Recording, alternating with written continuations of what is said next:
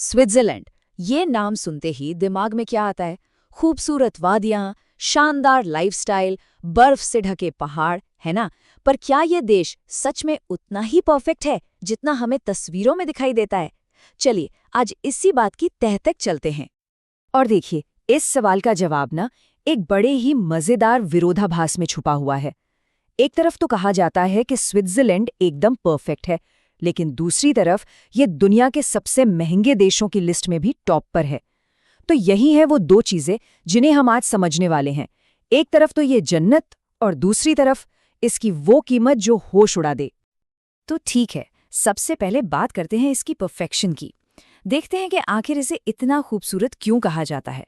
और इसकी शुरुआत होती है वहां के नज़ारों से, जो सच में किसी परी कथा की दुनिया जैसे लगते हैं। और ये खूबसूरती सिर्फ बड़े बड़े पहाड़ों तक ही नहीं है। नहीं, एक व्लॉगर ने अपना एक्सपीरियंस शेयर करते हुए कहा, आप किसी भी छोटे से शहर से गुजर जाइए, ऐसा लगेगा जैसे किसी जादुई गांव में आ गए हों। मतलब सोचे, हर छोटा कस्बा भी इतना खूबसूरत। और ये सिर्फ कहने की बातें नहीं है, इसके सबूत तो वहां कदम कदम पर मिलते हैं। जैसे कि वो फिरोजी रंग की ग्लेशियर वाली झीलें, या फिर वो गलियां जिन्हें यूरोप की सबसे खूबसूरत गली का खिताब मिला है। यहाँ तक कि वहाँ के शहर अमेरिका से भी ज्यादा पुराने हैं। और ये तो कुछ भी नहीं, वहाँ पब्लिक फाउंटेन से आप सीधे पानी पी सकते हैं, इतना साफ। इसी को तो कहते हैं परफेक्शन। अच्छा, वो जो फिरोजी रंग की झीलों की बात हुई, उसके पीछे एक बड़ा दिलचस्प साइंस है। इसे कहते हैं ग्लेशियल फ्लोर। होता क्या है कि जब ग्लेशियर खिसकते हैं तो वो अपने नीचे की चट्टानों को पीसकर बिल्कुल बारीक पाउडर जैसा बना देते हैं। और जब ये पाउडर पानी में घुलता है तो सूरज की रोशनी इससे टकराकर ऐसे बिखरती है कि पानी का रंग एकदम शानदार फिरोजी हो जाता है। कमाल है ना? और सबसे बड़ी बात, ये सब असली है, मतलब कोई फोटोशॉप या कैमरा फिल्टर नहीं। व्लॉगर ने भी कहा कि वो खुद हैरान थे। ये चमकीला नीला रंग कोई धोखा नहीं, बल्कि कुदरत का एक जीता जागता करिश्मा है। तो ये तो हुई शांत खूबसूरत नज़ारों की बात, पर स्विट्जरलैंड सिर्फ इतना ही नहीं है, ये एक एडवेंचर का खेल का मैदान भी है। चलिए अब थोड़ा रोमांच की तरफ बढ़ते हैं और देखते हैं कि इन खूबसूरत वादियों का इस्तेमाल कैसे जबरदस्त एडवेंचर के लिए किया जाता है। जी हाँ, ये देश सिर्फ देखने के लिए नहीं, बल्कि यहाँ एडवेंचर को जीने के लिए है। सोचिए, कोई 150 फीट ऊंची चट्टान से रस्सी के सहारे नीचे उतर रहा है, इसे कैन्योनिंग कहते हैं। या फिर पहाड़ की चोटी से दौड़कर हवा में उड़ना, यानी पैराग्लाइडिंग। एक पहाड़ से दूसरे पहाड़ तक जिप लाइन करना। और तो और, ग्लेशियर के अंदर घुसकर बर्फीले महल देखने का मौका भी मिलता है। मतलब एडवेंचर ही एडवेंचर। खासकर ग्रिंडेलवाल्ड पहाड़ से नीचे उतरने का जो तरीका है, वो तो अपने आप में एक पूरा एडवेंचर पैकेज है। इसके 3 लेवल हैं। लेवल 1, आप बादलों के बीच से एक हाई स्पीड जिप लाइन पर नीचे आते हैं।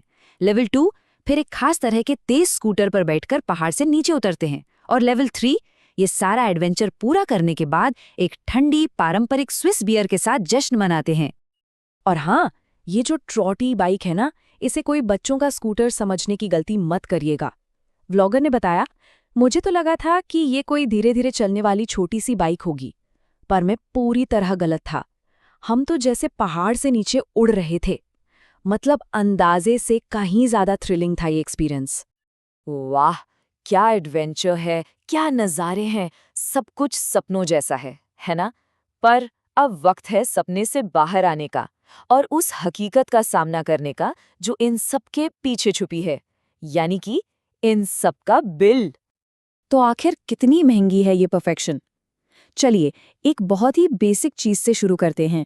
गाड़ी रेंट पर लेना। सिर्फ एक दिन के लिए सबसे सस्ती गाड़ी का किराया कितना होगा? $180, मतलब करीब करीब 15,000 रुपए, सिर्फ एक दिन के लिए। और ये तो बस शुरुआत है। ठीक है, गाड़ी तो हो गई, अब रात में रुकने का क्या? और हम किसी 5 स्टार होटल की बात नहीं कर रहे हैं, बस एक छोटा सा साधारण सा होटल का कमरा। एक रात का किराया $300, यानी लगभग 25,000 रुपए, बस एक बेसिक से कमरे के लिए। और फिर आता है खाने का नंबर। मान लीजिए 2 लोग डिनर पर गए और उन्होंने वहां की फेमस चीज फोंड्यू और साथ में थोड़ी वाइन ऑर्डर की। बिल कितना आएगा? $120। जी, करीब 10,000 रुपए का डिनर। तो अब ये बात तो पक्की हो गई कि स्विट्जरलैंड के महंगे होने की बातें सिर्फ बातें नहीं हैं, ये एक कड़वी सच्चाई है।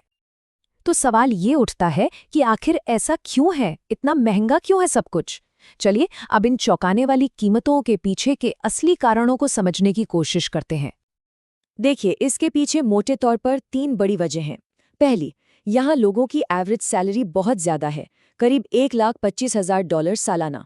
दूसरी, यहाँ मिनिमम वेज यानी कम से कम घंटे की मजदूरी भी करीब $25 है। और तीसरी और सबसे ज़रूरी वजह है वहाँ की कल्चर। वहाँ हर चीज़ में top of the line quality चाहिए, चाहे वो कोई सर्विस हो या कोई सामान। तो जब लोगों की कमाई ज़्यादा होगी और क्वालिटी पर कोई समझौता नहीं होगा, तो जाहिर है चीज़ों के दाम भी ज़्यादा ही होंगे। तो अब हमारे पास तस्वीर के दोनों पहलू हैं। एक तरफ है बेमिसाल खूबसूरती और एडवेंचर, और दूसरी तरफ है जेब पर भारी पड़ने वाली कीमतें। तो चलिए इन दोनों को मिलाकर देखते हैं कि फाइनल फैसला क्या निकलता है। ये सब जानने के बाद सवाल फिर वहीं आकर खड़ा हो जाता है, क्या स्विट्जरलैंड वाकई में परफेक्ट है? इस पर व्लॉगर का जो फाइनल वर्डिक्ट था वो बड़ा दिलचस्प है। उन्होंने कहा, इतना सब कुछ होने के बाद भी मैं यही कहूँगा कि ये देश लगभग परफेक्ट है। यहाँ के एडवेंचर, यहाँ के नज़ारे, सब कुछ ऐसा है जैसे सीधे किसी डिज्नी मूवी से निकल कर आया हो। मतलब साफ है, भले ही ये महंगा है, पर यहाँ का एक्सपीरियंस इतना कमाल का है कि वो कीमत वसूल हो जाती है। और ये बात हमें एक बड़े सवाल के साथ छोड़ जाती है। आखिर परफेक्शन की असली कीमत होती क्या है? क्या वो सिर्फ पैसों में होती है या अनुभवों में? और क्या उस कीमत को चुकाना सच में वर्थवाइल है?